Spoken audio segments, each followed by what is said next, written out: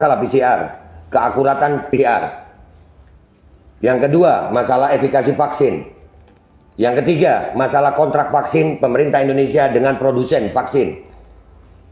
Dan penggunaan EUA, Emergency Use Authorization. Kenapa harus dimandatorikan? Kenapa harus didaruratkan? Dan masalah penggunaan vaksin anak untuk sebuah penyakit yang tingkat kesembuhannya 99, sekian persen. Kenapa anak harus diintimidasi dengan vaksin? Anak Indonesia bukan anak yang penyakitan. Anak Indonesia anak yang sehat. Dan tidak sedikit, Pak. Kami sekali lagi tidak anti vaksin.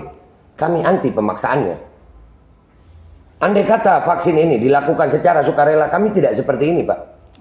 Kami jadi curiga dengan isi vaksin justru karena adanya kebijakan-kebijakan yang merubah negara demokrasi Pancasila ini. Yang mana demokrasi Pancasila ini berbeda Tuhan, kita harus toleransi, Pak. Tapi dengan adanya vaksinasi, rakyat Indonesia sekarang ini, perbedaan vaksinasi sudah ada diskriminasi dan intimidasi. Kami sudah sering, Pak, melihat kesian rakyat didatangi ke rumah-rumah dengan pakaian seragam tentara. Itu belum sakit, udah sakit duluan, takut. Iya, kayak datengin maling. Loh, ini masalah vaksinasi mentinya. Iya, Kementerian Kesehatan loh ini. Kenapa, apa hubungannya dengan TNI? Dan saya juga mau tanya, Pak. Ini termasuk saya kepingin Kemenkes siapkan waktu. Kami mau diskusi debat terbuka dengan Kemenkes. Dengan data dan fakta. Bukan hanya seperti ini. Siapkan waktunya, disiarkan untuk seluruh rakyat Indonesia. Kami akan datang dengan tim terbaik kami.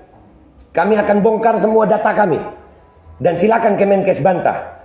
Dan saya menuntut hari ini ada perjanjian tertulis antara saya dan Kemenkes. Kapan waktunya, dan kalau nanti di diskusi debat terbuka itu kami salah, saya Babe Aldo bertanda tangan rela dipenjara seumur hidup karena telah mengacaukan kekacauan, menyebabkan kekacauan bagi seluruh rakyat Indonesia. Jadi itu yang saya tuntut. Saya tuntut adanya, kan kita di negara demokrasi, Pak. Ya, betul. Bapak menerima kami dengan baik, kami pun senang ini, Pak. Alhamdulillah, ini yang kami cari dari beberapa waktu.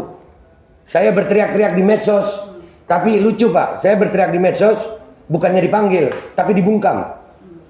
Medsos saya dihilangkan. Bikin lagi, dibungkam lagi. Bikin lagi.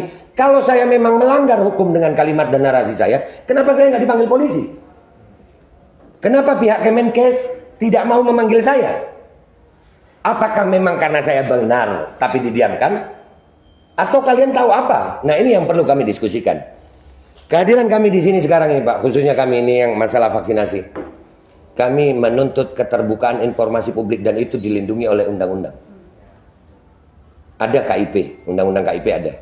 Ya, jadi kalau saya mewakili sebagian ibu-ibu ini, kami menuntut adanya diskusi terbuka antara pihak Aliansi Rakyat Menggugat dan tim dengan pihak Kemenkes yang disiarkan untuk seluruh rakyat Indonesia.